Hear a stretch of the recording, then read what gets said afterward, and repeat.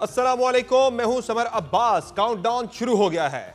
पाकिस्तान तहरीक इंसाफ की हुकूमत मुखालिफ तहरीक को पीक पर पहुंचाने के लिए सिर्फ 4 रोज बाकी रह गए हैं। ताहम मौजूदा सियासी सूरत हाल को देखते हुए ऐसा लग रहा है कि पीटीआई के लिए इस एहतजाजी तहरीक को पीक पर पहुंचाना तो दूर की बात, इसको शुरू करना भी मुश्किल से मुश्किल होता चला जा रहा है। बिलखुसूस हालिया दिनों में आने वाले एक के बाद एक फैसलों ने जिस तरह पीटीआई कैंप में भौचाल बर्पा किया है, उसने पार्टी की लाइन और लेंथ को ही शदीद मुतासिर किया है और अक्सर क़यादत इस्लामाबाद और लाहौर के बजाय खैबर पख्तूनख्वा में पनाह लेने पर मजबूर हो गई है। गो के अब हर तरह के हतमी इक़दाम से मुतालिक पीटीआई में गौर तो हो रहा है, लेकिन उनसे मुतालिक इबहाम भी मजीद बढ़ रहा है।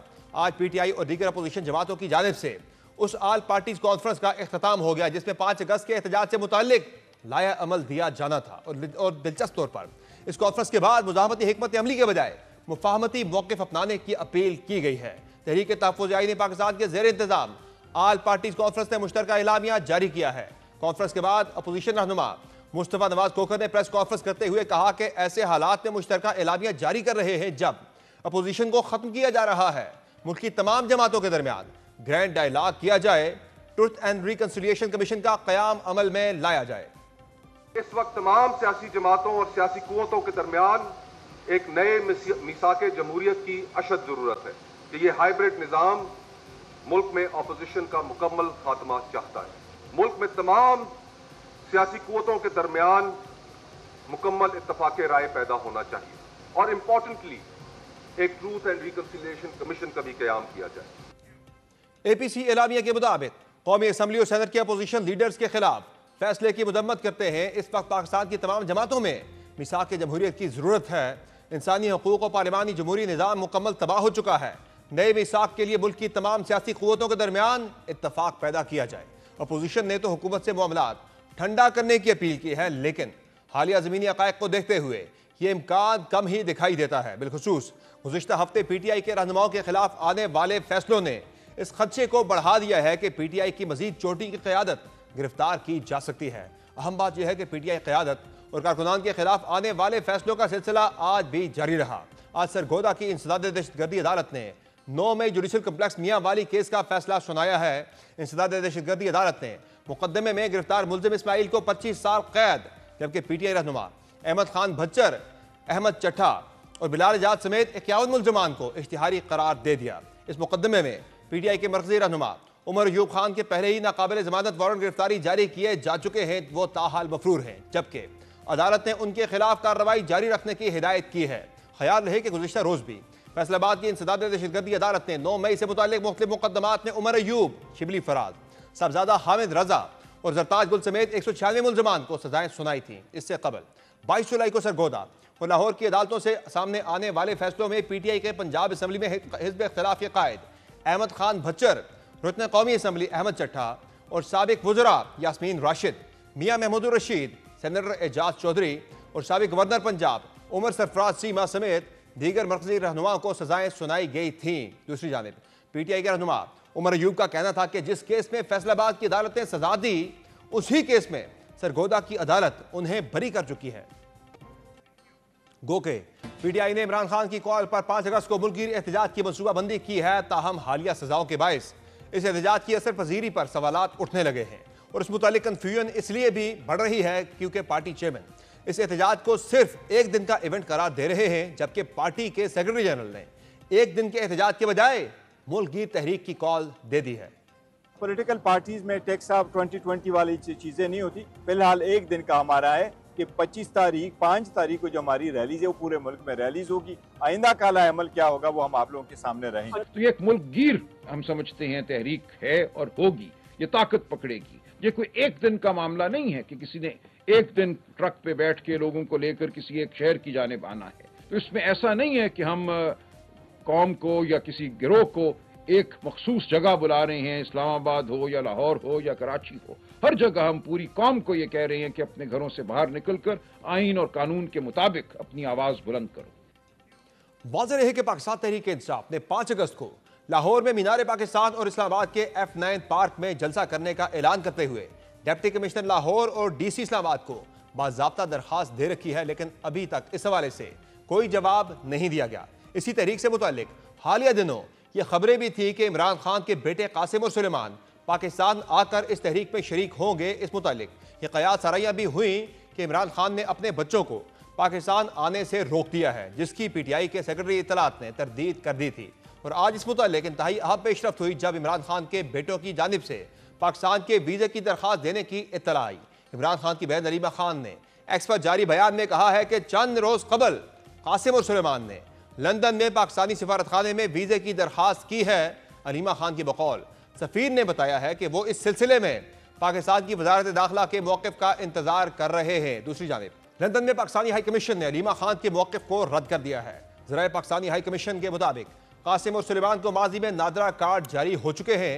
इन दोनों ने पाकिस्तान का आखिरी सफ़र नादरा कार्ड पर ही किया था। ज़राए के मुताबिक वीज़ा दरख्वास्त के लिए कासिम और सुलेमान को हाई कमीशन जाने की ज़रूरत नहीं। वीज़ा दरख्वास्तें वजारत दाखिला में बराह रास्त ऑनलाइन वसूल की जा रही हैं। जहाँ एहतजाजी तहरीक को PTI सियासी दबाव के लिए इस्तेमाल करने का इरादा रखती है, वहाँ हतमी इक़दाम से मुतल्लिक भी गौर व खौज हो रहा है, जिसमें असम्बलियों से निकलने का ऑप्शन भी ज़ेरे गौर है। क्योंकि हालिया दिनों में PTI के अक्सर रहनुमाओं ने हमारे शो में इस इम्कान को मुस्तरद किया है। पार्लियामेंट को छोड़ना जो है वो हमारी पॉलिसी का हिस्सा नहीं है, हम नहीं छोड़े। नंबर 2, चाहे छुड़वा दी जाए पार्लियामेंट आपसे, आप खुद नहीं छोड़ेंगे? वो तो उनकी टैक्टिक्स हैं, वो जो कर रहे हैं हम तो उनको नहीं रोक सकते। लेकिन बज़ाहिर अब ऐसा लग रहा है कि पानी सर से उतरता देखकर PTI इस ऑप्शन को भी इस्तेमाल करने पर गौर कर रही है। इस मुतालिक पार्टी चेयरमैन बैरिस्टर गौहर ने ही निजी TV से गुफ्तगू में इस इम्कान को रद्द नहीं किया, जिनके बकौल गुज़िश्ता रोज के फैसले से धचका लगा है और PTI असम्बलियों से इस्तीफों या बाइकआउट पर गौर करेगी। इस तमाम सूरत हाल पर मजीद बात करेंगे। हमें ज्वाइन किया है इमरान खान के वकील फैसल चौधरी ने। कि बहुत शुक्रिया फैसल चौधरी साहब, आपने ज्वाइन किया प्रोग्राम में। ये बताइएगा कि इमरान खान साहब की रिहाई की तहरीक पाकिस्तान तहरीक इंसाफ ने चलानी थी, लेकिन इस तहरीक के चलने से पहले, इससे पहले कि वो खान साहब को बाहर लेकर आते, यहाँ तो पूरी पार्टी जो है वो जेल में जाने की जो है वो नजर आ रहा है कि आपकी पार्टी के अहम लोग जो है वो खुद जेल जाते हुए दिखाई दे रहे हैं। देखिए समर, ये अगर ना भी जेल में जाते या ना ही वारंट निकलते तभी तहरीक नहीं चलानी थी। देखिए ना, इनके चेयरमैन क्या बात कर रहे हैं, जनरल सेक्रेटरी जो है वो कह रहे हैं तहरीक तहफ़्फ़ुज़ ऐन पाकिस्तान ने चलानी है, उनके एलामिया में कोई जिक्र ही नहीं है, वो अपनी जिम्मेदारी निभाने को तैयार नहीं है। उमर अयूब और सलमान अकरम राजा की ड्यूटी लगाई थी इमरान खान ने कि आपने तहरीक को चलाना है, उन्होंने इसकी जिम्मेदारी नहीं ली और उमर अयूब साहब तो चलो फंस गए। तो जनरल सेक्रेटरी जो है वो अपनी जान छुड़ा रहा है, वो ना 4 अक्टूबर को आया ना 26 नवंबर को आया है और अभी भी वो भाग रहा है। तो गुजारिश ये है कि जब आपकी लीडरशिप का फुकदान हो, जो PTI जो है इस वक्त तो डोलरम्स में है, अब सुधार के बाद तो सारी PTI की लीडरशिप फारिग हो गई है। क़यादत का इतना बड़ा ज्यादा लोग तो जिसके कोई वारंट जारी हो रहे हैं या जिसके खिलाफ कोई फैसला आ रहा है, कई लोग तो खैबर पख्तूनख्वा की तरफ जा रहे हैं गिरफ्तारी से बचने के लिए। खैबर पख्तूनख्वा का कौन सा पाकिस्तान का हिस्सा नहीं है? अब अगर आप नहीं सरेंडर करेंगे, जिनको सजाएं नहीं होंगी, तो उनकी अपीलें कैसे दायर होंगी? वो तो फिर अपील 7 दिन के अंदर करनी होती है और इसका मतलब है फिर आप वहाँ से भी जाएंगे। तो ये तो बड़ा मुश्किल हालात है। जाहिर है पॉलिटिकली मोटिवेटेड सजाएं भी हैं, केसेस भी हैं, हॉस्टिलिटी भी है, सारी बात है, लेकिन अब इसको फेस भी तो करना है। अब जितनी भी ये क़यादत है, ना ही अपना केस ठीक तरीके से लड़े हैं, ना इनको उधर की स्ट्रेटजी पता है, ना इनकी कोई सियासी लाएमल है। केस तो वो कह रहे हैं फैसल चौधरी साहब कैसे लड़े, एक एक बंदे के खिलाफ वो कह रहे हैं कि दर्जनों FIRs हैं एक ही तरह के सिमिलर केसेस के अंदर। उसी केस के अंदर बंदा मियां वाली के अंदर भी नॉमिनेटेड है, सेम केस के अंदर बंदा जो है फैसलाबाद के अंदर भी नॉमिनेटेड है। वो कह रहा है मेरी प्रेजेंस तो एक ही जगह पर हो सकती है ना, लेकिन वो कह रहे हैं कि कई एक एक केस के अंदर 12 FIRs हैं। वो कैसे अपना मुकदमा जो है वो लड़े? 12 नहीं है सर, 35 है, हमारे ऊपर 35 FIRs। आपको पता है हम भी तो लड़े हैं। एलिबाई जो होती है ना, एलिबाई प्रूफ करना जिस पर जो बंदा क्लेम करता है उसके ऊपर होती है। अब अगर आप जाके एविडेंस ही ना दें, अपनी किसी जगह हाजिरी का, ना डिफेंस विटनेस दें, ना डॉक्यूमेंट्री एविडेंस दें, ना आप अपनी स्टेटमेंट के साथ कोई एविडेंस लगाएं, तो ये इस तरह जो है लथार्जिक तो नहीं होता ना जी। बंदे को केस से संजीदगी से लड़ना चाहिए। मैंने जब इनको सुप्रीम कोर्ट से डायरेक्शन हुई थी, एक एक बंदे को फ़ोन करके कहा था कि अपने केस संजीदगी से लड़ें, वरना ही आपके गले पड़ जाएंगे और हम भी स्टेक पे हैं। किसी ने मेरी बात नहीं मानी। वो पता नहीं किससे डरते हुए ये जो है वो सारे बैठे रहे। यानी आप कह रहे हैं कि जो सजाएं हुई है पाकिस्तान तहरीक इंसाफ के लोगों को, ज़ाहिर 3 अपोजिशन लीडर जो हैं वो सजाओं की जद में आगे हैं। सेनेट के अंदर अपोजिशन लीडर, कौमी असम्बली के अंदर अपोजिशन लीडर और पंजाब असम्बली के अंदर अपोजिशन लीडर। तो आप कह रहे हैं जो ओवरऑल जो सजाएं हुई है पाकिस्तान तहरीक इंसाफ के रहनुमाओं को, वो कमज़ोर डिफेंस की वजह से थी, वो इन्हें अपना केस सही तरह लड़ नहीं सके। डिफेंस लिया ही नहीं जी, कोई डॉक्यूमेंट्री एविडेंस ही नहीं दिया, कोई एविडेंस ही नहीं दिया। ये आप पैरा 65 पढ़े ना, पैरा 15 पढ़े ना जजमेंट का, और ना इनके वकील गए हैं ना ये खुद गए हैं। देखिए ना, आपको ये सारे काम करने पड़ते हैं। ये कानूनी केस होते हैं, कानूनी तौर पर लड़ते हैं। सियासत अपनी जगह होती है, अदालत अपनी जगह होती है। इसमें कोई शक की बात नहीं है कि सारे केसेस मोटिवेटेड हैं, पॉलिटिकली इन्वॉल्वमेंट है, गलत हैं। 5-5 जगह पे एक आदमी एक टाइम पे नहीं हो सकता, इससे कोई इनकार नहीं है। गवर्नमेंट भी आपके खिलाफ है, जुडिशरी में भी आपका हाथ नहीं पड़ना, और आपने हर जगह तो लड़ाई ली हुई है। तो इस सारी चीज को जो है देखते हुए फिर आपने केसेस को संजीदगी से लेना चाहिए ना जी। कम से कम एविडेंस तो आप देना जो रिकॉर्ड पे आ जाए। अगर सही है। नहीं जज मानेंगे तो फिर उस पर बहस हो सकती है आपके ऊपर, अपील के ऊपर। अगर लेकिन अगर आपने डिफेंस ही नहीं लिया तो अपील पे क्या करेंगे आप? तो ये फैसल चीजें चौधरी बड़ी साहब, बड़ी ये बताएं कि अब सजाएं जिस तरह से हो रही है, ज़ाहिर मजीद बड़ी सजाएं काम भी होता है, होनी उसको है। बड़ा संजीदगी से तो करना पड़ता है। ये तहरीक में मजीद जो है वो एक उसको जला बख्शेंगी, ये सजाएं तहरीक को मजीद जो है वो तेज़ करेंगी, या ये तहरीक कमज़ोर पड़ेगी इन सजाओं की वजह से? नहीं सर, जला क्या बख्शनी है? मैंने आपसे अर्ज किया कि जब ये सजाएं नहीं दी हुई थी तब ये लीडरशिप जो है वो तैयार नहीं थी, कॉम्प्रोमाइज थी। इन्होंने आपको कौन सा लाएमल आपको दिया, किसके साथ मीटिंग्स की हैं? तंजीम को इन्होंने बुलाया नहीं लाहौर में, तहरीक तो तंजीम चलाती है। देखे ना, बड़ा सेटबैक हो गया है, बड़ी बड़ी काबिल अफसोस बात है। इतने हमारे दोस्त बहन भाई जो है उनको सजाएं हो गई हैं, यानी वो बिल्कुल बेगुनाह सजा हुई हैं। बहुत सारे जो हमारे स्टारवॉर्ड्स हैं वो उनको बीच में रगड़ा गया है, शिबली को, उमर अयूब को, नताज को, शोजब को, सबको। इसमें कोई शक की बात नहीं है कि ये पॉलिटिकली मोटिवेटेड है। गवर्नमेंट ने 9 मई को अपनी सियासी इंतकाम के लिए इस्तेमाल किया है। जिन लोगों की वीडियो फुटेजेस हैं, 9 मई बिल्कुल काबिल मजम्मत एक्शन है। जिनकी वीडियो फुटेजेस हैं उनको सजा दे देनी चाहिए, बिल्कुल। लेकिन जो लोग नहीं है शामिल, उनको शामिल कर करके सजाएं देना तो इंतहाई जाती की बात है ना। तो अब जो पाकिस्तान तहरीक इंसाफ की फिर आगे आपको क्या लग रहा है, हिकमत अमली क्या होनी चाहिए? क्या अब अपनी तमाम तर तवानाइयाँ जो हैं वो इन्हीं केसेस की तरफ दोबारा से जाएँ, अपनी जो अपीलें हैं उनको देखें, या फिर अब तहरीक इंसाफ का स्टेक चूँकि कम होता जा रहा है सिस्टम के अंदर, पार्लियामान के अंदर जो उनका स्टेक था वो भी अब कम होता जा रहा है, उनके बंदे वहाँ से डिस्क्वालीफाई हो रहे हैं एक के बाद एक सजाओं की वजह से, तो अब वो ऑल आउट अपनी एफर्ट करें, फिर तहरीक की तरफ ही जाएँ, सड़कें गर्म करें, वही उनके पास लास्ट ऑप्शन है। लड़के गर्म कर नहीं ना सकते सर, इस लीडरशिप के ऊपर कौन निकलेगा? इसलिए तो इमरान खान साहब को कहना पड़ा ना कि जेल से मैं लीड करूंगा। तो उनको पता ना इनके दिलों में तेल कोई नहीं है, इनके पीछे तो कोई भी नहीं निकलेगा ना। सड़कें गर्म करना तो ऑप्शन नहीं, डायलॉग का ऑप्शन है, सियासी लोगों से डायलॉग। और उसके लिए आपको अपनी स्ट्रेटेजी और टीम दोनों रिवाइज करनी पड़ेंगी। ये टीम के साथ आपको कामयाबी, मैंने खान साहब से बहुत पहले कह दिया था कि ये आपको इस टीम के साथ इतनी बड़ी पार्टी, इतनी तारीख साज पार्टी, इतनी पॉपुलर पार्टी, आज भी इमरान खान का कुछ सियासी तौर पे कोई मुकाबला नहीं है। सही। जो है वो लॉटरी के टिकट की तरह उनका नाम बिकता है।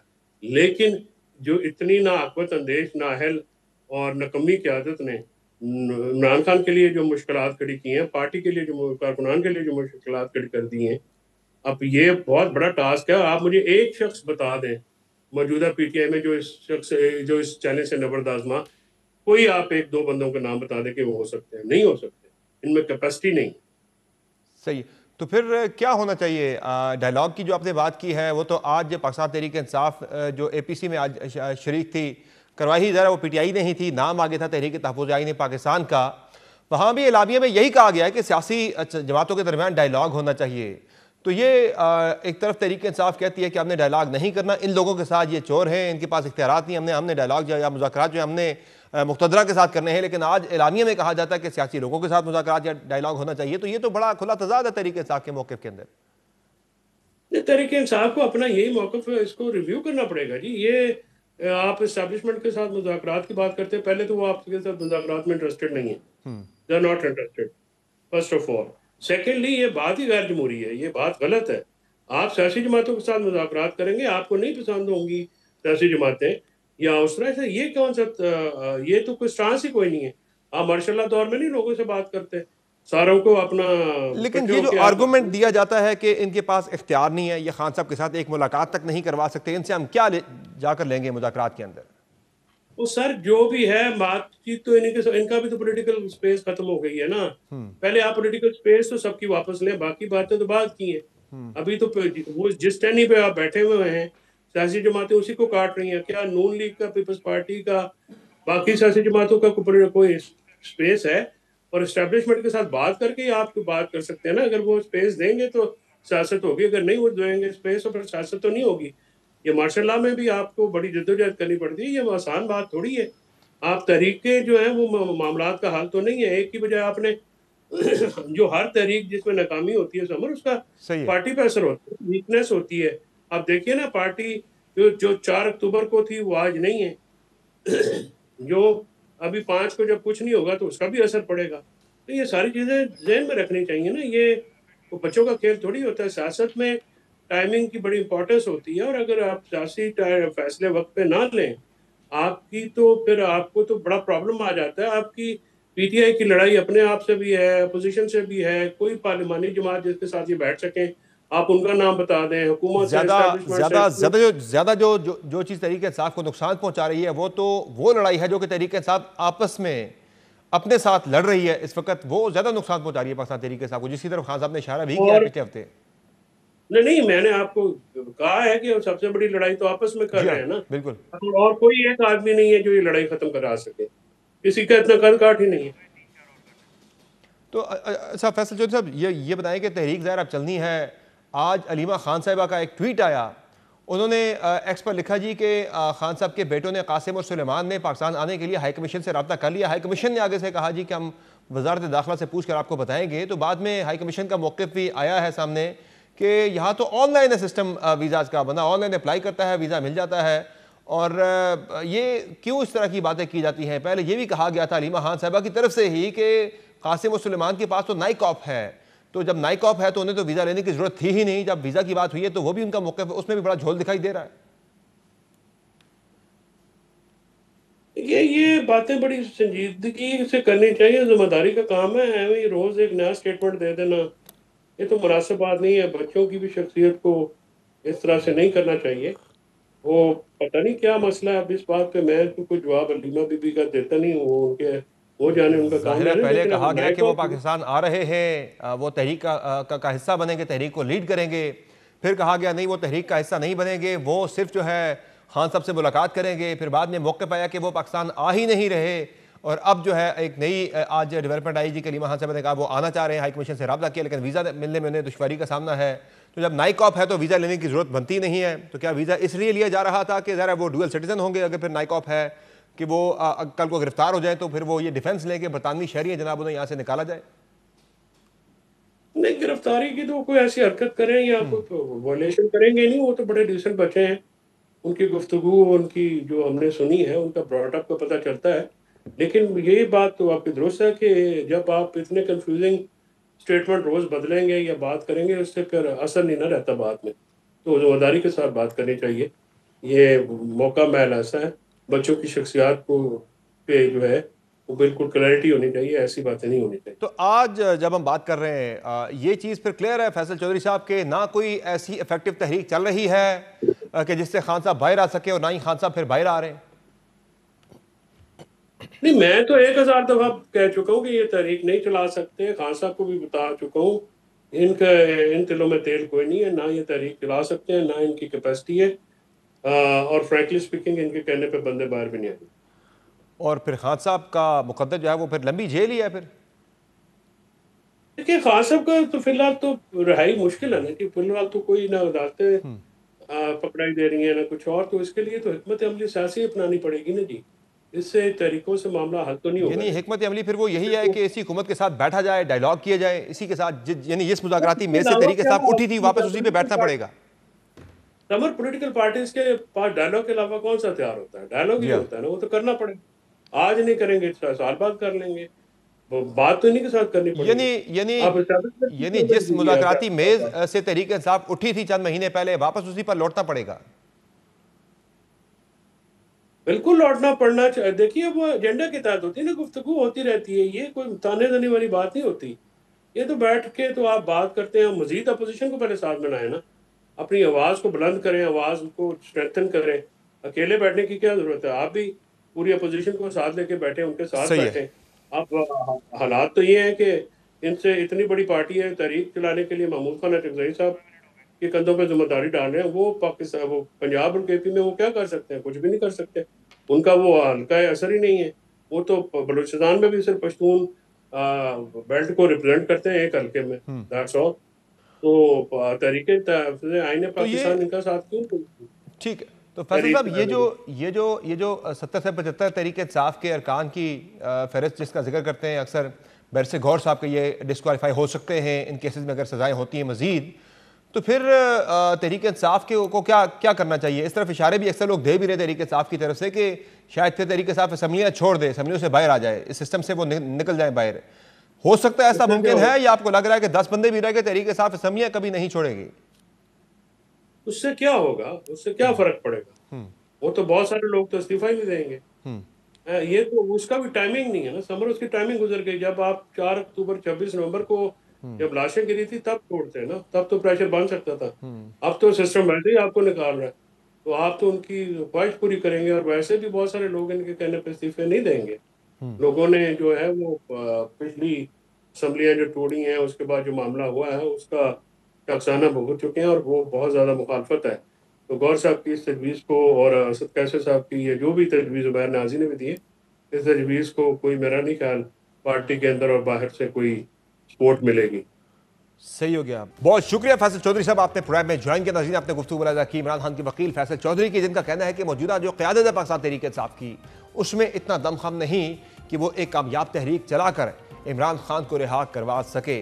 प्रोग्राम में एक मुख्तर ब्रेक लेंगे, ब्रेक से वापस आएंगे, हुकूमती मौक़िफ़ जानेंगे कि हुकूमत इस तहरीक को क्यों नहीं चलने दे रही।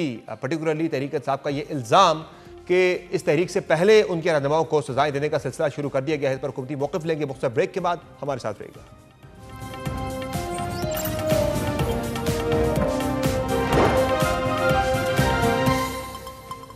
वेलकम बैक नाज़रीन। पाकिस्तान तहरीक इंसाफ की एहतियाजी तहरीक से पहले उनके एक के बाद एक रहनुमा को सज़ा और उसके बाद नाअहली का जो सिलसिला है, इस पर तहरीक इंसाफ का मौक़िफ़ है कि उनकी तहरीक को रोकने के लिए, तहरीक को नाकाम बनाने के लिए ये सब कुछ हो रहा है। क्या ऐसा ही है? और दूसरा, अब जब APC का इलामिया भी आ गया है तहरीक तहफ़्फ़ुज़ आईन पाकिस्तान के प्लेटफॉर्म की जानिब से कि मुल्क गीर जो है सियासी जमातों के दरमियान डायलॉग होना चाहिए, क्या हुकूमत इस पर संजीदगी से गौर करेगी, एक डायलॉग शुरू कर पाएगी, दोबारा से तहरीक इंसाफ को दोबारा से मुज़ाकरात की मेज़ पर ला पाएगी, या अब फिर एहतजाज ही होगा? और एहतजाज से हुकूमत कैसे निपटेगी, बात करेंगे। हमारे साथ मौजूद हैं वफाकी वज़ीर बराए पार्लिमानी अमूर डॉक्टर तारिक फजल चौधरी साहब। बहुत शुक्रिया तारिक फजल चौधरी साहब, आपने प्रोग्राम में ज्वाइन किया। ये बताइएगा कि पाकिस्तान तहरीक इंसाफ ने तो अभी तहरीक शुरू करनी ही थी कि उनके मुतअद्दिद रहनुमाओं के खिलाफ बड़े सख्त फैसले आ गए हैं, 10-10 साल तक की कैद की सजाएं हो गई हैं, 3 अपोजिशन लीडर्स पाकिस्तान तहरीक इंसाफ के डिस्क्वालीफाई हो रहे हैं, सेनेट से गया उनका लीडर ऑफ द अपोजिशन, कौमी असम्बली का लीडर ऑफ द अपोजिशन भी, उनको भी सजा हो गई, पंजाब के अंदर भी लीडर ऑफ द अपोजिशन को सजा हो गई। ये किस तरफ जा रहा है मामला? ये क्या पार्लियामेंट से पाकिस्तान तहरीक इंसाफ की क्लिनजिंग का अमल शुरू हो गया है? जी बिस्मिल्लाहिर्रहमानिर्रहीम। देखिए, कोई क्लिनजिंग प्रोसेस नहीं है, ये एक नॉर्मल लीगल प्रोसेस है। और 9 मई के जो वाक़यात थे, यकीनन वो एक बड़ा पाकिस्तान की तारीख के बड़े एक बदनुमा चैप्टर है, और ख़ुद पाकिस्तान तहरीक इंसाफ भी उन्हें कंडेम और वो करती रही है कि जी हम भी इनकी मजम्मत करते हैं। अब जो लोग उसमें ज़ाहिर है मुलव्विस थे, उनके केसेस तो अपने आप ये कहें कि मंतकी नतीजे पे पहुंचने थे। और कोई भी पोजीशन हो, जो आपने कहा कि जनाब 3 लीडर ऑफ अपोजिशन, कोई भी पोजीशन हो, वो आपको जो लीगल प्रोसेस होती है उससे कवर नहीं देती। हमारे दौर में जब हम इवन गवर्नमेंट में थे, तो हमारे जो मेंबर कौमी असम्बली हैं 2-5 साल के लिए नायल हुए थे, डिस्क्वालीफाई हो गए थे। वो प्राइम मिनिस्टर जो हैं वो डिस्क्वालीफाई हो गए थे। तो ये है कि एक अदालती प्रोसेस है। और इससे पहले यूसुफ रजा गिलानी साहब को देखें, सुप्रीम कोर्ट ने उन्हें डिस्क्वालीफाई कर दिया। तो इसमें इसको लिंक करना किसी पॉलिटिकल सिचुएशन से मैं समझता हूँ कि ठीक नहीं है। तो मैं उम्मीद करता हूँ कि वो सियासी अमल का हिस्सा रहेंगे और अपने पास, उनके पास लीगल रेमेडी है, वो इन फैसलों को चैलेंज भी कर सकते हैं।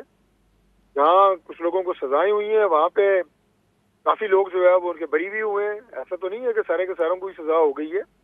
जो शवाहिद मौजूद थे अदालत के सामने, उन्हें देखते हुए अदालत ने जो सजाएं दी हैं उन्हें चैलेंज किया जा सकता है। तो they should go for the legal remedy.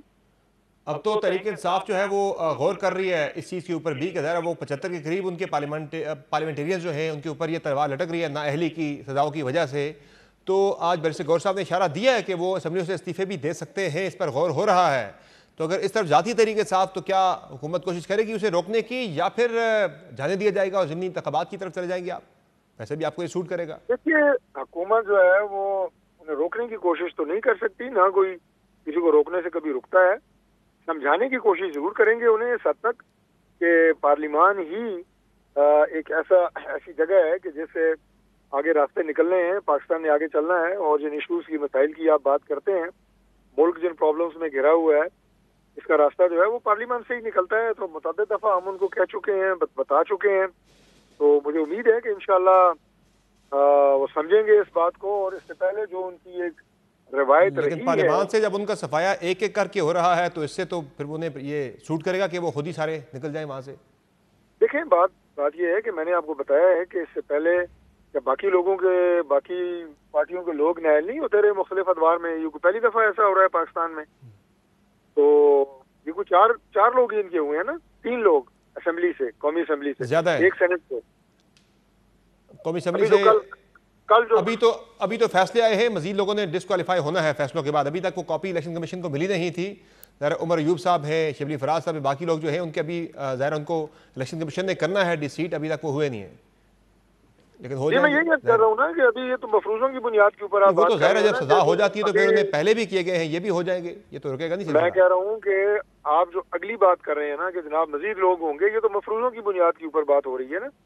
मजीद लोग बरी भी तो हो सकते हैं, काफी लोग बरी हुए हैं, इनके बाकी जो मेंबरान है वो बरी भी हो सकते हैं। कोई ऐसी बात तो नहीं है कि उन्होंने नाअहल ही होना है। खुद तहरीक इंसाफ इस शुबे का इजहार कर रही है कि 75 के करीब उनके लोग जो हैं वो सजा होने के बाद डिस्क्वालीफाई हो सकते हैं। देखिए, बात यह है कि 9 मई की जो मदई है वो हुकूमत तो नहीं है। 9 मई की मदई जो है वो रियासत है और पाकिस्तान की अवाम है। उन केसेस में अपने तो पहुंचना है, लिहाजा उसमें जो लोग मुलविस रहे हैं और खुद पाकिस्तान तहरीक इंसाफ भी उन्हें कंडेम करती रही है, वो उन्हें तो सजा होगी। अगर उसमें कोई मुलविस है इन 75 लोगों में से, तो फिर तो उन्हें तैयार रहना चाहिए, और अगर मुलविस नहीं है तो उन्हें फिक्र नहीं करनी चाहिए।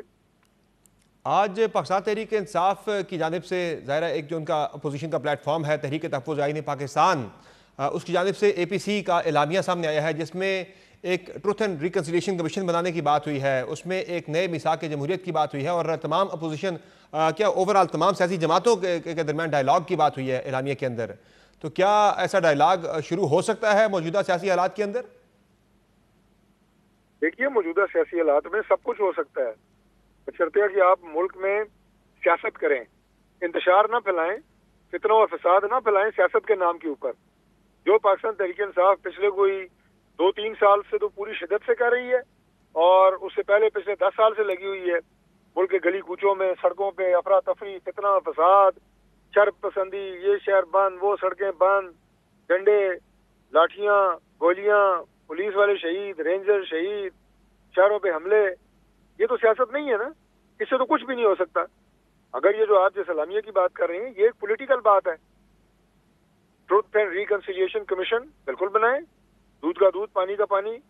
उसके अलावा अगर नए मिसाके जमहूरियत की बात करते हैं तो बिल्कुल हो सकता है।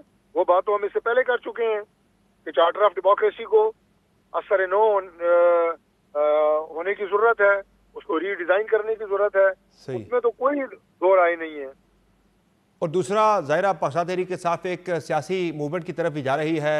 5 अगस्त को उनकी तहरीक जो है वो मुल्क की तहरीक चलनी है, तो क्या हुकूमत का लाएमल होगा? चलाने देंगे तहरीक या सख्ती होगी पहले की तरह?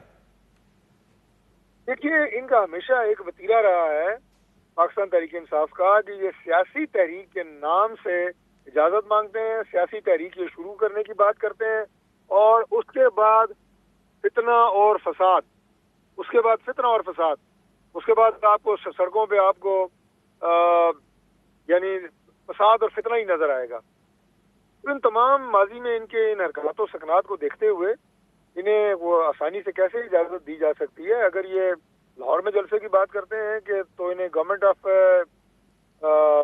पंजाब को कन्विंस करना पड़ेगा कि हमारा कोई फितने फसाद का और इंतशार का कोई फार्मूला नहीं है। जलसे की इजाजत मांग रखी है पाकिस्तान तहरीक इंसाफ ने, लाहौर के अंदर भी, इस्लामाबाद के अंदर भी जलसे की इजाजत भी पहले भी उन्हें कई दफा मांगी गई, नहीं दी गई। क्या अब की मरतबा इजाजत दे दी जाएगी? जरा वो जलसा करना चाह रहे हैं, वन डे इवेंट है। मैं बिल्कुल वही बात कर रहा हूँ कि अगर ये फेडरल गवर्नमेंट को या पंजाब गवर्नमेंट को कन्विंस कर पाएंगे कि हम फितना फसाद नहीं करेंगे, मुसल्ला जत्थे लेके नहीं आएंगे, तो फिर तो इजाज़त मिलने का इम्कान है। लेकिन अगर हम सीएम केपी के बयान देखें कि जिसमें वो एक तरफ तो एहतजाज को लीड करने की बात कर रहे हैं और दूसरी तरफ ये भी कह रहे हैं कि हम असला लेके आएंगे, बंदूकें लेके आएंगे और गोलियां चलाएंगे, तो अगर ये बात वो अपने मुंह से मीडिया पे कर रहे हैं तो आप अंदाजा लगा सकते हैं कि किस तरह की ये जहनीत है। ये कुछ ऐसी जहनीत है, ये तो एक तखरीबकारी है। इसको कैसे इजाजत दे सकते हैं आप कि आप आके यहाँ पे शहरियों को यरगमाल बनाएं एक जलसे के नाम के ऊपर? और बिला इजाजत कोई निकलता है अगर 5 अगस्त को, तो क्या फिर सख्ती से निपटा जाएगा उन लोगों से? देखिए, बिला इजाजत अगर कोई लॉ एंड ऑर्डर की सिचुएशन पैदा करने की कोशिश करेगा तो फिर लॉ एंड ऑर्डर को मेंटेन करना गवर्नमेंट की जिम्मेदारी होती है। उसके लिए हर वो कदम उठाया जाएगा। और अगर कोई पुरअमन सड़कों पे निकल आता है सड़कों पे मार्च करने के लिए, एहतजाज करने के लिए, क्या उसे भी इजाजत नहीं दी जाएगी? शफा साहब, मैं आपको किसी दफा ये बात बता रहा हूँ कि ये नाम पुरअमन का ही लेते हैं लेकिन वो पुरअमन रहता नहीं है। माजी के तजर्बात, आप तो माशाल्लाह बहुत सीनियर जर्नलिस्ट हैं, एंकर पर्सन हैं, कोई आपको नजर आए हमेशा इन्होंने पुरअमन की बात की है? उसके बाद करते क्या है? ये जो करतूत है इनके वो भी तो देखे ना। अच्छा, ये तो फिर ये बताएं कि जब तहरीक इंसाफ के लिए जाहिर है वो जब उनके खिलाफ सजाएं भी होंगी, असम्बलियों से भी तहरीक इंसाफ को कट टू साइज किया जाएगा और उसके साथ साथ अदालतों में भी जो उनकी अपीलें हैं वो नहीं लगेगी, तो फिर उनके पास ऑप्शन क्या बचता है सड़कों पे आने के बजाय? तारिक फजल चौधरी साहब, फिर तो ऑप्शन किसी भी सियासी जमात के पास यही बचता है कि वो सड़कों पे आए, आके एहतजाज करें। जिस ऑल पार्टीज कॉन्फ्रेंस की आप एलामिया की बात कर रहे हैं, ये है पॉलिटिकल बात कि आप पार्लियामेंट में बैठे हैं, पार्लियामेंट में बात करें, पॉलिटिकल बात करें, मुसल्ला जत्थों की बात ना करें, मुल्क में इंतशार फैलाने की बात ना करें। अभी केपी में जहाँ पे हमारी लॉ एनफोर्सिंग एजेंसीज और आर्म्ड फोर्सेस दहशतगर्दों के खिलाफ जो है वो एक शीशा पिलाई हुई दीवार बने हुए हैं, शहादतें दे रहे हैं जवान, अफसरान, इंटेलिजेंस के अफसरान, वहाँ पे इन्होंने क्या मजाक बनाया हुआ है? ये कोई ढका छुपा है? फेक न्यूज और लोगों को बरगलाना, फौज के खिलाफ, अस्करी इदारों के खिलाफ, मतलब ये कोई लोग हैं? ये सियासत कर रहे हैं? ये तो इस मुल्क में तबाही फैलाने का एक मंसूबा है। अच्छा, इसके पीछे हमारे दुश्मन ममालिक जो लोग हैं, मुझे नहीं पता, मैं तो नहीं कह रहा कि ये कोई बराह रास्त कोई उनसे मिले हुए हैं, लेकिन उनके एजेंडे की तकमील जरूर कर रहे हैं। ये अब पता नहीं ये बेवकूफ हैं या ये ज़हनी तौर पे इंतशारी हैं। बेवकूफ तो खैर ये हरगिज नहीं है। सही है। तो केपी का खास तौर पे मैंने इसलिए जिक्र किया कि आप देखें वहाँ इनकी गवर्नमेंट है, क्या हालात यहाँ पे वहाँ पे बनाए हुए हैं इन्होंने। तो ये बताएं कि इस तहरीक में अगर खान साहब के बेटे पाकिस्तान आते हैं, आज तो अलीमा खान साहब ने ट्विटर पे लिखा है एक्स के ऊपर के कासिम और सुलेमान ने पाकिस्तान आने के लिए वीज़ा की दरख्वास्त दी है, तहम उन्हें बताया गया कि राब्ता किया गया है वजारत दाखिला से, हाई कमीशन की जानिब से, वहाँ से पूछा जाएगा कि वीज़ा देना है या नहीं देना। तो क्या उनके बारे में होगा लाया अमल? अगर वो आते हैं किसी जलसे में शिरकत की कोशिश करते हैं तो क्या इजाज़त दी जाएगी या नहीं दी जाएगी इजाज़त उन्हें? देखिए, ये बहस जिससे मैं इंडियन आर्मी प्रोग्राम की बात नहीं कर रहा, मीडिया के ऊपर ये फजूल बहस चल रही है कि वो आएंगे और ये कर देंगे। अलीमा खान ने कह दिया कि वीज़ा मांगा, वीज़ा के लिए ये कहा गया हाई कमीशन की तरफ से कि वजारत दाखिला जो है वो बताएगी। कोई वीज़ा नहीं मांगा, ये सारे पॉलिटिकल स्टंट्स हैं। कोई वीज़ा उन्होंने अप्लाई नहीं किया, ना उन्होंने आना है। ये बात मैं पहले दिन से कह रहा हूँ। लिहाजा ऐसे आगे की बात करना कि वो आएंगे तो क्या होगा, वो आएंगे तो क्या नहीं होगा, ये सारी बातें मफरूज़े हैं और मफरूज़ों पे कमेंट करने का जो है वो कम अज़ कम मुझे तो कोई शौक नहीं है। सही है, बहुत शुक्रिया तारिक फजल चौधरी साहब, आपने प्रोग्राम में ज्वाइन किया। नाज़रीन, आपने गुफ्तगू मुलाज़ा की वफाकी वज़ीर बराए पार्लिमानी अमूर डॉक्टर तारिक फजल चौधरी की, जिनका कहना है कि कासिम और सुलेमान ना ही पाकिस्तान आ रहे हैं और ना ही उन्होंने कोई वीज़ा अप्लाई किया है। प्रोग्राम में एक मुख्तसर ब्रेक लेंगे, ब्रेक से वापस आएंगे, बात करेंगे पाकिस्तान और अमेरिका के दरमियान ट्रेड डील साइन हो गई है, इस डील से पाकिस्तान को फ़ायदा क्या होगा और नुकसानात क्या हैं, चूँकि 19% टैरिफ तो पाकिस्तान को अदा करना होगा पाकिस्तानी बरामदात के ऊपर। इस पर मजीद बात करेंगे मुख्तसर ब्रेक के बाद। हमारे साथ रहिएगा।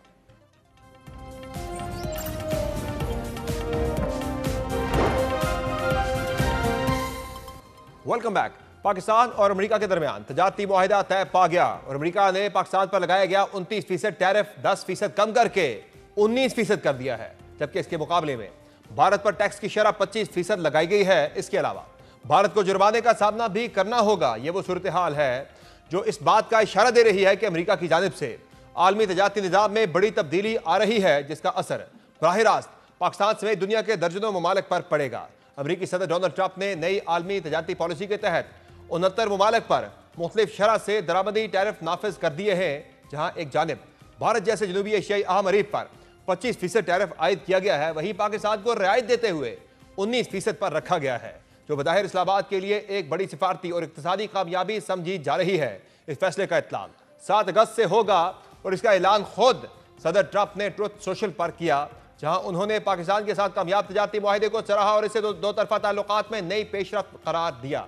व्हाइट हाउस के एलामिया के मुताबिक अमरीकी सदर की जेर क़यादत इंतजामिया ने नई आलमी तजारती पॉलिसी के तहत मुख्तलिफ ममालिक पर मुख्तलिफ सतह का जवाबी टैरिफ आयद कर दिया है। व्हाइट हाउस के मुताबिक पाकिस्तान, इंडोनेशिया, मलेशिया, थाईलैंड और फिलिपाइन पर 19%, भारत, कजाकिस्तान पर 25%, जनूबी अफ्रीका, अलजायर, लीबिया पर 30%, म्यांमार और लाओस पर 40% टैरिफ आयद किया गया है, जबकि शाम पर सबसे ज्यादा 41% टैरिफ आयद किया गया है। इसके अलावा अमेरिका ने कनाडा पर टैरिफ में इजाफा करते हुए 25 से बढ़ाकर 35% कर दिया है, जबकि इसराइल जैसे करीबी इत्तेहादी पर भी 15% टैरिफ लागू किया गया है। यह बात काबिल गौर है कि अप्रैल में ट्रंप इंतजामिया ने पाकिस्तान पर 29% टैरिफ आयद करने की धमकी दी थी, जिसके बाद पाकिस्तान के आला सतही राब्तों का एक तवील सिलसिला शुरू हुआ। Army chief general Asim Munir की अमरीकी क़यादत से मुलाकातें, वज़ीर आज़म शहबाज शरीफ और वज़ीर ख़ारजा मार्को रूबियो के दरमियान टेलीफोनिक गुफ्तगू, नायब वज़ीर आज़म इसहाक डार और वज़ीर ख़ज़ाना मोहम्मद औरंगज़ेब की वाशिंगटन में अहम मुलाकातों ने इस कशीदा सूरत हाल को न सिर्फ टाला बल्कि उसे एक बड़े मुआशी मौका में तब्दील किया। इन मुज़ाकरात को वज़ीर ख़ज़ाना मोहम्मद औरंगज़ेब अपनी टीम के साथ लीड कर रहे थे, जिन्होंने गुज़िश्ता रोज़ ही एक बयान में इस मुआहिदे के मज़ीद दूररस नताइज होने से मुतालिक खुशखबरी सुनाई थी। अमरीकी सदर के फैसले को पाकिस्तानी हुकूमत ने भी हौसला बख्श करार देते हुए मुस्तकबिल में पाकिस्तानी बरामदात के लिए नए मौके पैदा करने की उम्मीद का इजहार किया है। वज़ीर आज़म शहबाज शरीफ ने एक्स पर बयान में सदर ट्रंप का शुक्रिया अदा किया और फौरी तौर पर अमरीका के लिए खैर सगारी के इक़दाम के तहत पाकिस्तान ने बैरूनी ममालिक से ऑनलाइन मंगवाई जाने वाली मुख्तलिफ अशिया पर आयद 5% डिजिटल प्रेजेंस प्रोसीड्स टैक्स खत्म कर दिया। पाकिस्तान की बैरूनी तजारत का जायजा लिया जाए तो मजमूई तौर पर पाकिस्तान तजारती खसारे का शिकार है। बैरूनी तजारत के सरकारी आदाद शुमार के मुताबिक गुज़िश्ता माली साल में तजारती खसारा $24 अरब रहा, जिसकी वजह बरामदात का कम होना और दरामदात का ज्यादा हजम था। यानी पाकिस्तान अपनी अशिया कम मिकदार में बैरूनी ममालिक को भेज रहा है, मगर बैरूनी ममालिक से ज्यादा मिकदार में अशिया मंगवा रहा है। ताहम पाकिस्तान की अमरीका के साथ तजारत का जायजा लिया जाए तो तजारत का तवाज़ुन पाकिस्तान के हक में है, यानी पाकिस्तान की अमरीका को बरामदात ज्यादा हैं, जबकि अमरीका से कम अशिया दरामद की जाती हैं। गुज़िश्ता माली साल में पाकिस्तान ने अमरीका को $5 अरब 83 करोड़ की मसनूआत बरामद की। दूसरी जानिब अमरीका से पाकिस्तान की दरामदात की मालियत $1 अरब 74 करोड़ रही। इस तजारती मुआहिदे ने पाकिस्तान और अमरीका में कुर्बत और मुआशी शराकत दारी के फ़रोग़ को तवाना किया है। वहाँ अमरीका और भारत के दरमियान तकरार और तनाव बढ़ता ही चला जा रहा है। भारतीय वज़ीर आज़म नरेंद्र मोदी, जो बज़ाहिर अमरीकी सदर डोनाल्ड ट्रंप की कैंपेन चलाते रहे, उनके शायद फहमो गुमान में भी नहीं होगा कि मोदी ट्रंप हनीमून का इंजाम इतना भयानक होगा। तमाम मामलात पर मज़ीद बात करके हमें ज्वाइन किया है बशीर वज़ीर ख़ज़ाना खुर्रम शहज़ाद ने। बहुत शुक्रिया खुर्रम शहज़ाद साहब, आपने प्रोग्राम में ज्वाइन किया। ये बताएगा कि अमेरिका के साथ हमारी ट्रेड डील तो हो गई है, जिसे बड़ी कामयाबी करार दिया जा रहा है। प्रैक्टिकली पाकिस्तान इस डील से किस तरह से फ़ायदा उठाएगा? देखिए, थैंक यू वेरी मच पहले तो प्रोग्राम में लेने के लिए। ये देखें, यूएस की जो है ना बहुत बड़ी डेवलपमेंट है यूएस के साथ पाकिस्तान की, क्योंकि ये काफ़ी अर्से बाद जो है इंगेजमेंट, इतनी इस लेवल की इंगेजमेंट हुई है जिसमें पाकिस्तान जो है वो एक अच्छे ट्रेड जो है वो डील स्ट्राइक करने में कामयाब हुआ है। और अगर आप देखें कि इसके अंदर पाकिस्तान के लिए इम्पोर्टेंट चीज़ क्या है, तो उसमें आप देखें कि दुनिया भर को यूएस ने टैरिफ जो है वो कम किए हैं रिलेटिवली, और टैरिफ पे जो है ना हमें भी रिलेटिव एडवांटेज हुआ है इस पूरे रीजन में। लेकिन उससे भी एक इम्पोर्टेंट चीज़ ये है कि यूएस ने जो दूसरों को आइडेंटिफाई नहीं किया, दूसरों को जो है नहीं जो बेनिफिट दिया, वो ये है कि यूएस की इन्वेस्टमेंट पाकिस्तान में जो है आने की तवक्को है। हम अपनी एक्सपोर्ट्स जो कि हमारी स्टैग्नेंट है काफ़ी टाइम से, उसको कैसे हम बढ़ाएंगे? पाकिस्तान के अंदर ज़ाहिर शरह सूद अभी नीचे आनी थी, तो थी वो नीचे नहीं आई। यहाँ ऐसा माहौल पैदा नहीं हो सका। अगर हम कंपेटिटिव माहौल की बात करें खित्ते के अंदर, तो बाकी ममालिक में सस्ती बिजली है, पाकिस्तान में बिजली महंगी है। तो हम क्या अपनी एक्सपोर्ट लेट जो हमारी इंडस्ट्री है उससे इस काबिल बना पाएंगे कि हम अपने एक्सपोर्ट्स को बढ़ाएं जिससे हम फ़ायदा उठा पाएँ इन एक्चुअल टर्म्स? जी देखें, बात यह है कि कॉस्ट ऑफ डूइंग बिजनेस जो है ना, वो पाकिस्तान में बिल्कुल आप सही कहते हैं कि ये हाई रही है। लेकिन आप ट्रेंड अगर आप देखें तो जो शरह सूद, देखिए 3 चीजें होती हैं कॉस्ट ऑफ डूइंग बिजनेस में। मेनली जो एक मैन्युफैक्चरर को या एक्सपोर्टर को जो है फेस करनी पड़ती हैं। एक टैक्स का रेट होता है कि टैक्स कितना है उस पर। फिर शरह सूद होती है कि शरह सूद जो है कितनी ज्यादा है, कम है, क्योंकि अगर सस्ते कर्जे होते हैं तो इंडस्ट्रीज को अपनी एक्सपेंशन का मौका मिलता है। और तीसरी चीज जो होती है वो एनर्जी की होती है, कॉस्ट के। आपको जो एनर्जी मिल रही है उसकी कॉस्ट क्या है। वो अगर सस्ती है, रिलायबल है, अफोर्डेबल है और एक्सेसिबल है और वो जो है कंपेटिटिव है, तो आपको इंडस्ट्री जो है कॉम्पिटेंट होती है, एक्सपोर्ट कर सकती है। तो ये जो चीजें इसमें आप देखें, शरह सूद तो आपको अभी आधी हुई है पिछले 1 साल में। टैक्सेस की डायरेक्शन चेंज हुई है थोड़ी बहुत, जो है अगर आप कह सकते हैं कि जी कितना ज्यादा टैक्स का बेनिफिट हुआ है सैलरी क्लास को या इंडस्ट्रीज को, थोड़ा बहुत उसमें बेनिफिट मिला है इस बजट में। लेकिन एक डायरेक्शन ऑफ ट्रैवल जो है वो चेंज हुआ है, एक शुरुआत हो चुकी है। थर्ड ये है कि एनर्जी की प्राइसेस हैं, उसमें हाउस होल्ड्स के लिए, इंडस्ट्रीज के लिए आपने देखा होगा कि प्राइसेस को कम किया गया। रिसेंटली प्राइम मिनिस्टर ने भी किया था। तो कहने का मतलब ये है कि कॉस्ट ऑफ डूइंग बिजनेस की एक जो डायरेक्शन है वो शुरू हो गई है। साथ साथ टैरिफ आपको जो है इस रीजन में, साउथ एशिया रीजन में और साउथ ईस्ट एशिया रीजन में आपको कंपेटिटिव हैं। आप बांग्लादेश से बेहतर हैं, आप इंडिया से बेहतर हैं, वियतनाम से बेहतर हैं और दूसरे इकोनॉमीज हैं उनसे बेहतर हैं रिलेटिवली। तो आपके पास बेनिफिट तो एक आया है ना जी। इस पे अब प्राइवेट सेक्टर कैसे कैपिटलाइज करता है अभी उन पर है। गवर्नमेंट अपना काम जो है ईज ऑफ डूइंग बिजनेस का वो करती रहे और कॉस्ट ऑफ डूइंग बिजनेस कम करती रहे और बिजनेसेस जो है अपने रिलेशंस बढ़ाएं, अपनी प्रोडक्ट को जाके सेल करें, प्रोडक्ट अच्छी कंपेटिटिव करें।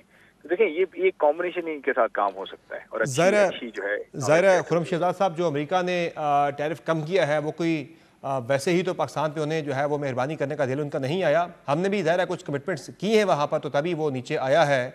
जैसा कि हमने जो हमारा आपस में जो ट्रेड बैलेंस है वो पाकिस्तान ने उसमें ज़रा बेहतरी लाने की बात की है कि हम भी अमेरिका से अपनी इंपोर्ट्स बढ़ाएंगे। जो हमने ऑयल वहाँ से इंपोर्ट करने की एक अमेरिका को यकीन दहानी करवाई है, तो वो ऑयल जो हम अमेरिका से मंगवाएंगे वो महंगा नहीं होगा। जो हम इस वक्त मौजूदा जो मंगवा रहे हैं वो बताया जा रहा है जो आज़ाद माहिरीन की जानिब से कि तकरीबन ये 8 साढ़े 8 रुपये तक शायद महंगा पड़े हमें फी लीटर।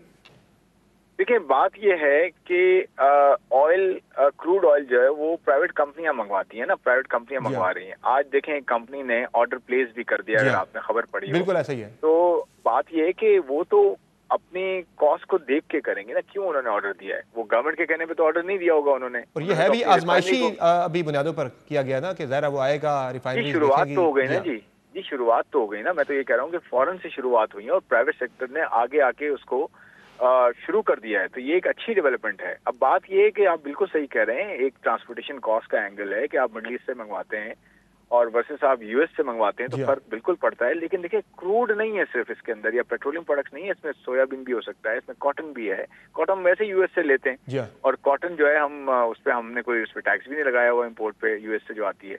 तो हम उसको लेके उन्हीं को अपैरल बेचते हैं, उन्हीं को कपड़े बना के जो है हम एक्सपोर्ट करते हैं। तो देखें बात यह है कि अगर हमारा ट्रेड बैलेंस थोड़ा इम्प्रूव होता है और उसके साथ साथ आपके पास जो है इन्वेस्टमेंट आती है, तो ये बहुत बड़ा ऑफसेट है ना जी। वो सरमायाकारी पाकिस्तान में करते हैं, किसी मुल्क में नहीं कर रहे। पाकिस्तान में सरमायाकारी लेकर आते हैं, हमारी जॉब्स क्रिएट हो सकती हैं। एनर्जी सेक्टर में इन्वेस्ट करते हैं तो हमारे जो इतना बड़ा इंपोर्ट बिल है एनर्जी सेक्टर का, हम बाहर से क्रूड ऑयल मंगवाते हैं, पेट्रोल मंगवाते हैं, सब कुछ, तो वो आपकी कमी हो सकती है। इंडिजिनस जो आपकी रिसोर्सेज हैं वो आप यूज कर सकते हैं। तो देखिए बात यह है कि आपके पास एक अच्छी इस वक्त अपॉर्चुनिटी है, अच्छी विंडो है जिसपे यूएस ने आपको मौका दिया है और आपने भी अच्छा निगोशिएट किया। अब आपके ऊपर है कि आप कैसे जो है प्राइवेट सेक्टर के साथ और मिलके जो है प्राइवेट सेक्टर कैसे कैपिटलाइज कर सकता है। ज़ाहिर है प्राइवेट सेक्टर को ज़्यादा इंसेंटिवाइज गवर्नमेंट कर नहीं सकती। हम IMF प्रोग्राम के अंदर हैं, बाकी खित्ते के ममालिक के पास ये एज मौजूद है, वो वहाँ एक फ़र्क तो है।